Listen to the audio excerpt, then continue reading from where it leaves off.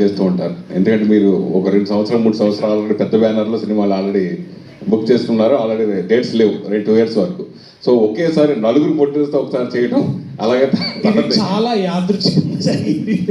అంటే అంటే కొంచెం హాలీవుడ్ యాక్టర్స్ తర్వాత బాలీవుడ్ యాక్టర్స్ రావడం వల్ల బడ్జెట్ కొంచెం అట్లాంటిది ఏం జరగలేదు బేసికలీ. ఏం లేదు, అంటే మేము స్టార్ట్ అయినప్పుడు ఏమైందంటే నాకు కథ ముందు నాకు విజయేందర్ గారు చెప్పినప్పుడు ఇస్తున్నామా మనం సెట్ మీద ఎప్పుడు రెస్పెక్ట్ ఇస్తలేరు ఎవరు, నాకు అని ఫీల్ అవుతుంది.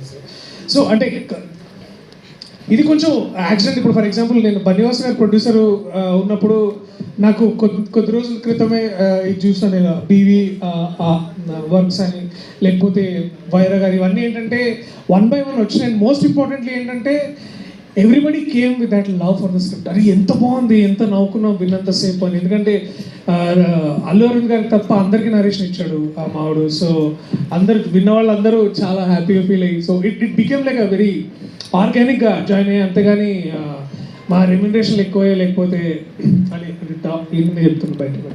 సో